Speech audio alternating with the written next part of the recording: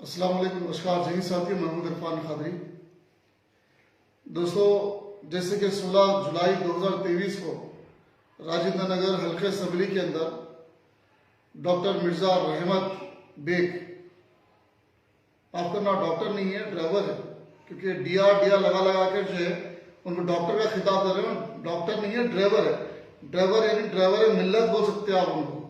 एक एमएलसी के अहदे पे चले गए, एक ऐसी जमात से जो जमात भी फैसला नहीं कर पाई कि ऐसे उनके काबिल लोग है या नहीं उनके पास।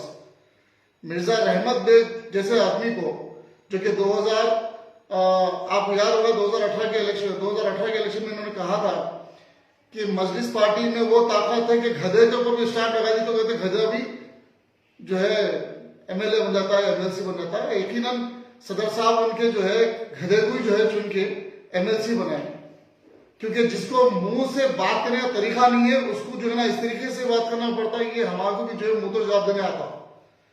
तो मैं आप बात करना चाहूंगा मिर्जा रहमत बेग साहब से। आप एक एमएलसी है, आपको पहले चीज तो ये समझना चाहिए कि आप एक पब्लिक मीटिंग में किस तरह से बात कर रहे हैं। एक शख्स जो कि पीसीसी रेवंत रेड्डी साहब, जो कि कांग्रेस पार्टी के रियासत के जो है सदर है, उनका अहदा बड़ा है, और तुम्हारे जो सदर साहब है ना उनके लेवल के आदमी है, वो भी एक एमपी है। वो चीज को समझो। आप ड्राइवर एमएलए थे, आपको ना पढ़ाई आती ना लिखाई आती, आप चैलेंज कर रहे रेवंत रेड्डी साहब से। मैं आपको बोलूंगा कि आप रेवंत रेड्डी साहब से नहीं, जबकि उनके ड्राइवर से मुकाबला कर लो आप, तो बहुत बड़ी बात हो जाएगी आपकी। उनके ड्राइवर से भी मुकाबला आप नहीं कर सकते। आप रेवंत रेड्डी साहब से मुकाबला करने की बात करना। और तू तरह शायद आपकी पार्टी में शोभा देता होगा, लेकिन हमारी पार्टी में ये बिल्कुल हम इस तरीके से बात नहीं करते। इसलिए हम आपको जो है इज्जत देके बोल रहे हैं कि मिर्जा रहमत बेग साहब, एमएलसी साहब, आप पहले तरीका सीख लीजिए बात करने का। आपकी पार्टी के बारे में आप इतिहास कर लो कि आपकी पार्टी को जो मुकाम मिला ना वो कांग्रेस पार्टी की देन है। ये पुरानी बातें थी कि इंदिरा गांधी जी जो है आपकी दहलीज पे थी, नहीं। इंदिरा गांधी जी जो सालार साहब को 1984 में जब पहली मर्तबा एमपी बनाए, किस वजह से बना वो इतिहास मालूम कर लो। ये डोगले वादा करना बंद करो कि इंदिरा गांधी जी दारुसलाम की सीढ़ी आई थी।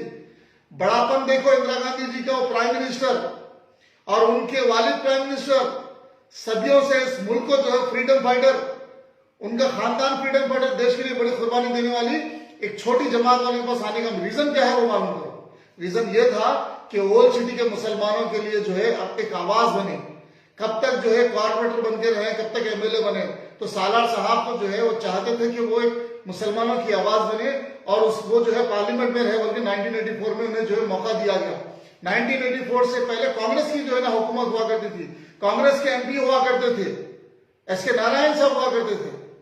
आप इतिहास मालूम कर लो, आपको नहीं मालूम एमपी साहब, एमएलसी साहब को।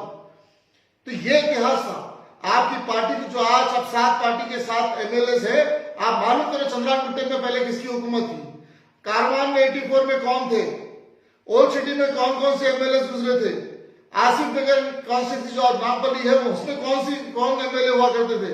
ये आपको तारीख नहीं मालूम है, क्योंकि आप ड्राइविंग करते थे, आपको आपकी पार्टी ने ड्राइविंग से उठाकर डायरेक्ट एमएलसी दे दिए, आपका रुतबा बढ़ गया। मैं अफसोस के साथ कहना पड़ रहा हूं कि मजलिस पार्टी में शायद ही कोई काबिल आदमी नहीं होगा जिसकी वजह से इधर है। मुझे यकीन है कि कहीं ना कोई काबिल आदमी था होगा, लेकिन सदर साहब आपकी क्या फैसला करें वो आपकी पार्टी और आप जाने, लेकिन आप मुसलमानों के तो नुमाइंदा नहीं बन सकते। और रही बात मणिकुंडा म्युनिसिपल कॉर्पोरेशन की बात, और आप ये बोल रहे हैं कि मणिकुंडा म्युनिसिपल कॉर्पोरेशन में बीजेपी और कांग्रेस का जो है अलायंस है और दोनों मिलकर लूट रहे। आपको ये मालूम होना चाहिए, आप एमएलसी है, जहां मेजोरिटी जहां होती, जहां ज्यादा सीट काउंसिल के होते, वहां पर जो है चेयरमैन खुद ब खुद बनता, और उसके बाद वाइस चेयरमैन जो है जिसकी भी जो माइनॉरिटी होती है, सेकंड पोजीशन पे जो भी पार्टी आती, चाहे वो मजलिस पार्टी हो, चाहे टीआरएस हो, चाहे जो है बीजेपी हो, तो उसको जो है ये हमारा कानून है, हमारा आइन है, तो इस हिसाब से जो है उसे वाइस चेयरमैन का ओहदा दिया जाता है। तो ये अलग हुकूमतों की बात है, लेकिन आपको जो बात करने का तरीका नहीं है ना, तो वो आप एक मरतबा बेहतर समझ लो।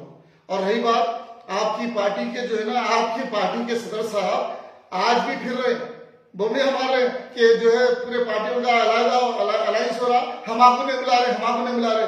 अरे भाई साहब, ये पंजे के साथ अगर जुड़ के रहना है ना तो खामोशी इख्तियार कर लो। और आप किसकी टीम में है, कौन सी टीम से आप ताल्लुकात है, ये हमको मत बताओ। ये पब्लिक जो है ना, वो पुरानी पब्लिक नहीं है, भोली पब्लिक जो 1984 में थी, या 90s में थी, या 2000s में थी। आज की पब्लिक सोशल मीडिया के जरिए जानती कि आप क्या कर रहे हैं, क्या नहीं कर रहे। क्यों यूपी में गए, क्यों जो है महाराष्ट्र में गए, क्या तेलंगाना में आपका मसला है, तेलंगाना में ज्यादा सीट हराने का मकसद क्या है आपका, ये सब जानती है।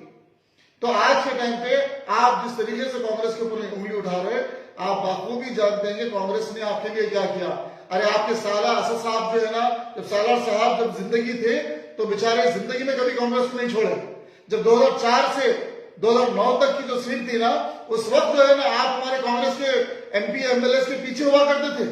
वो याद नहीं कर रहे हैं आप, भूल गए वो दिन जब डिलिमिटेशन जब हुआ 2009 में, तो वो उस टाइम पे आपको जो है एकदम माइनॉरिटी 75% माइनॉरिटीज का हिस्सा आपको देने वाली वो कांग्रेस ही थी।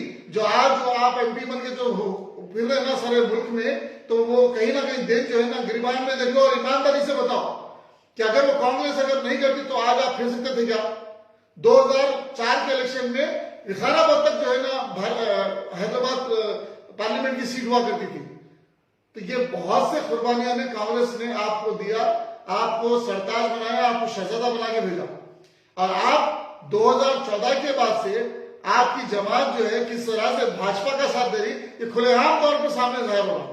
अगर आप भाजपा के साथी नहीं होते तो क्या आपके ऊपर ईडी की रेड नहीं होती? क्या आपके महलों के ऊपर रेड नहीं होता था?